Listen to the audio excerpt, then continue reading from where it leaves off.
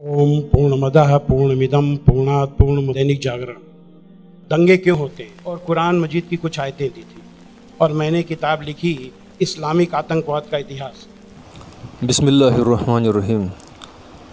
आज के इस दौर के अंदर जबकि इस्लाम को इतना बदनाम किया जा रहा है और अलग अलग संस्थाएं अलग अलग तरीके से और निहायती घटिया तरीके से और बहुत भयानक तरीके से इस्लाम को बदनाम करने के लिए झूठ का सहारा ले रही है, और ये पहले से होता आ रहा है।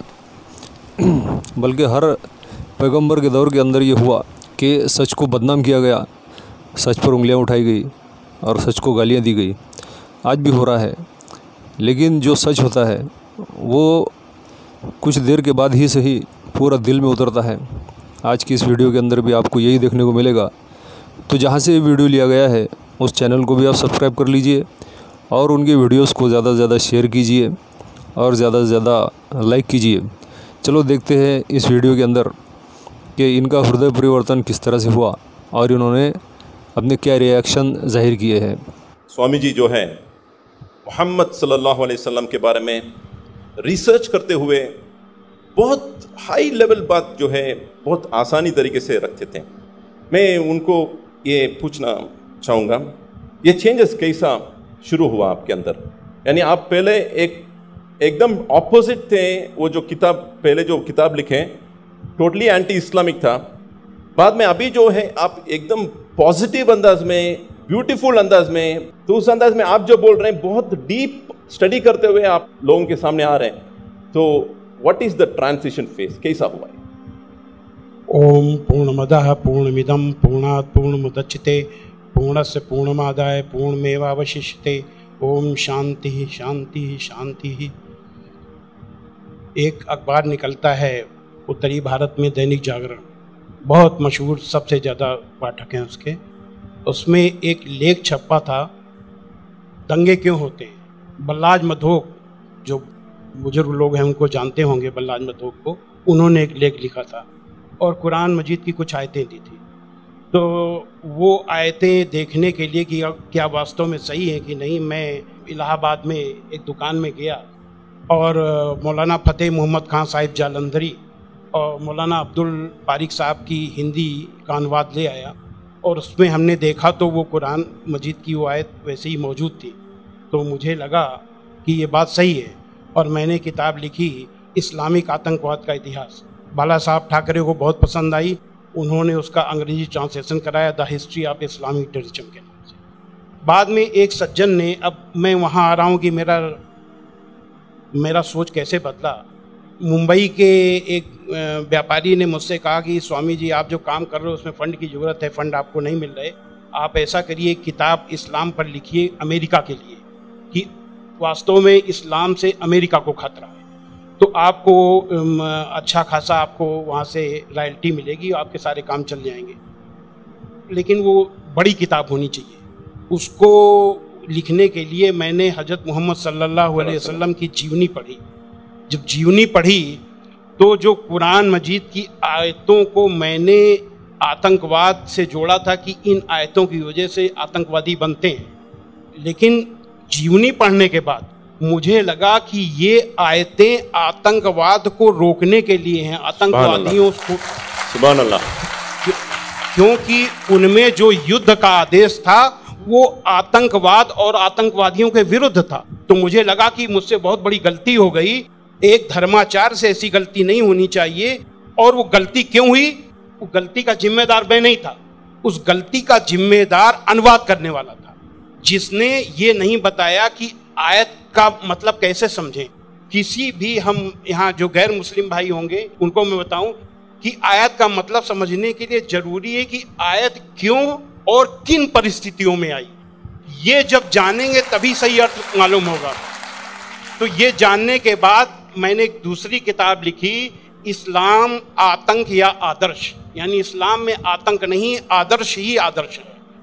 और इसका हम दूसरा उदाहरण और हम दे रहे हैं क्योंकि हमने एक दूसरी किताब भी लिखी है। एक बार मैं जा रहा था, अभी थोड़े दिन की बात है, तो एक सज्जन से मेरी बातचीत होने लगी। मैंने कहा इस्लाम में आतंकवाद है ही नहीं। तो उन्होंने क्या किया, अपने मोबाइल में दिखाया एक इंटरनेट से कि आज से 100 साल पहले ब्रिटिश पार्लियामेंट में एक भूतपूर्व जो प्रधानमंत्री विलियम ग्लैडस्टोन थे, उन्होंने कुरान मजीद को लहराते हुए उसके बारे में कुछ नेगेटिव चीज़ें कही थी।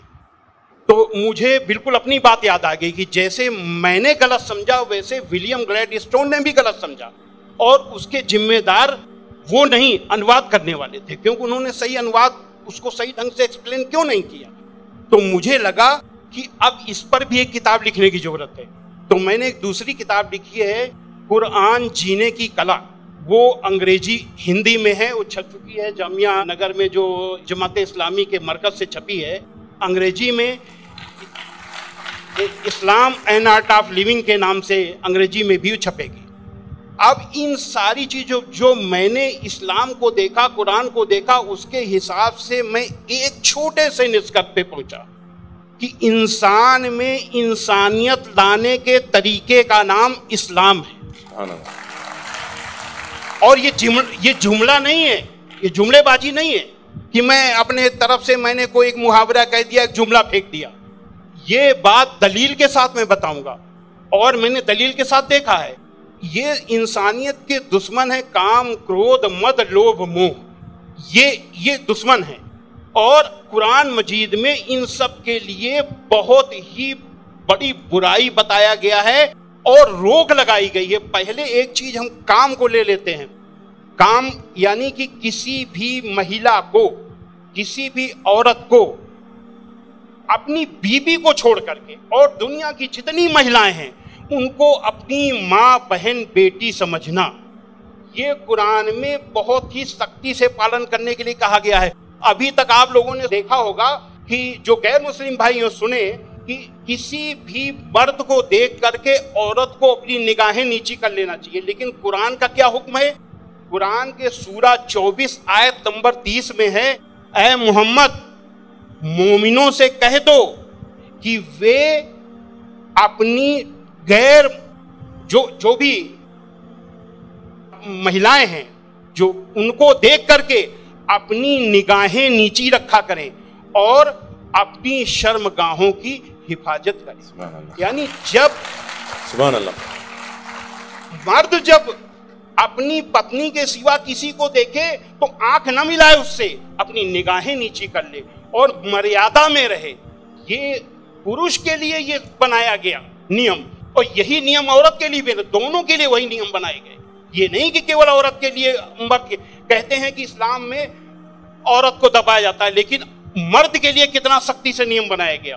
तो ये काम के लिए कितनी सख्ती की गई। क्रोध, गुस्सा के लिए सबसे पहले गुस्सा का तरीका इस्लाम में इतना आसान बताया गया कि देख करके मैं सबसे ज्यादा प्रभावित हुआ। कहा जाता है अगर गुस्सा अगर किसी का रुक जाए तो वो पूरा संत बन गया, साधु बन गया। और कितना बढ़िया तरीका इस्लाम में बताया गया, कुरान में बताया गया है कि माफ कर दो, किसी के गुनाहों को माफ कर दो, और जब माफ कर दो को गुस्सा खत्म। और सबसे पहले ये हुक्म दिया गया पैगंबर को। सूरा 7 आयत नंबर 199 में हुक्म आया कि ऐ मोहम्मद माफी का तरीका अपनाओ और भलाई का हुक्म देते रहो और अज्ञानियों से किनारा करो। सबसे पहला माफी का हुक्म अगर आया तो अपने पैगंबर के लिए आया। और ऐसे लोगों को क्या कहा गया?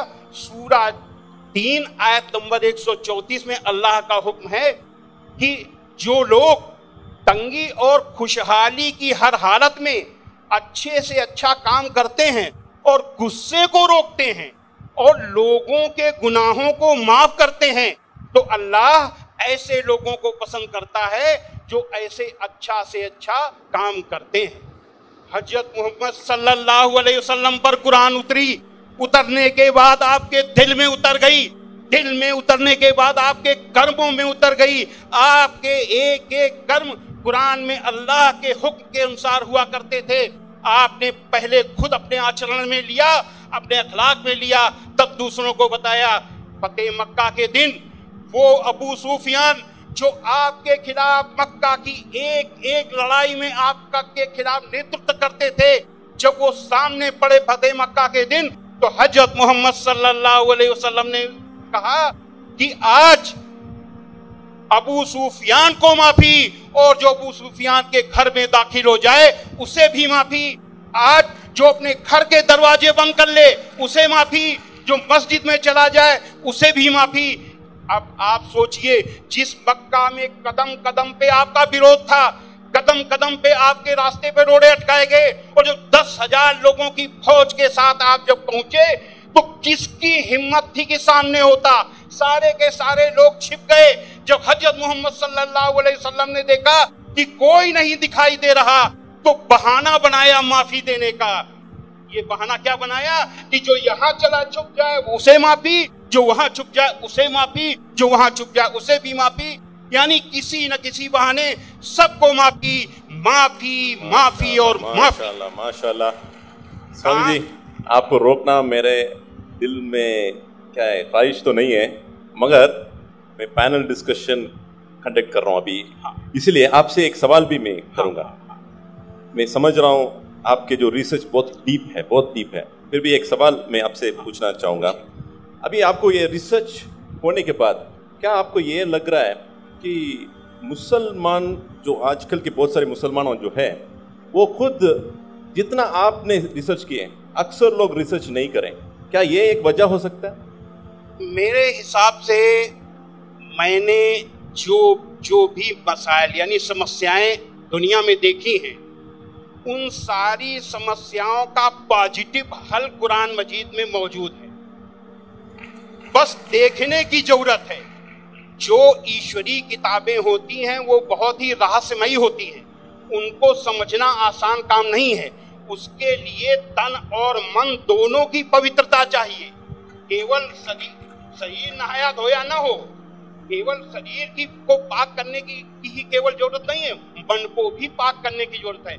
जब शरीर और मन से पाक होकर के आप देखेंगे तो उसका राज समझ में आएगा, आपकी हर समस्या का हल कुरान मजीद में मिल जाएगा। और उसी नजरिए से आज का मुसलमान कुरान मजीद को नहीं देख रहा, इसीलिए समस्याएं पैदा हो रही। Thank you. We will take you for the next round. Next round में आपसे और गुफ्तगू करेंगे। अभी नेक्स्ट स्पीकर को मौका देंगे। एक वेरी इंपॉर्टेंट चीज़ जो है, स्वामी जी बहुत इंपॉर्टेंट चीज़ कहे कि मुसलमान जो है आजकल ज़्यादा रिसर्च नहीं कर रहे हैं और उससे समस्या पैदा हो रहे हैं। तो ये इसको हम बहुत गौर व फिक्र करना पड़ेगा और आइंदा इसके बारे में क्या करना चाहिए हम उसके लिए प्लान करेंगे।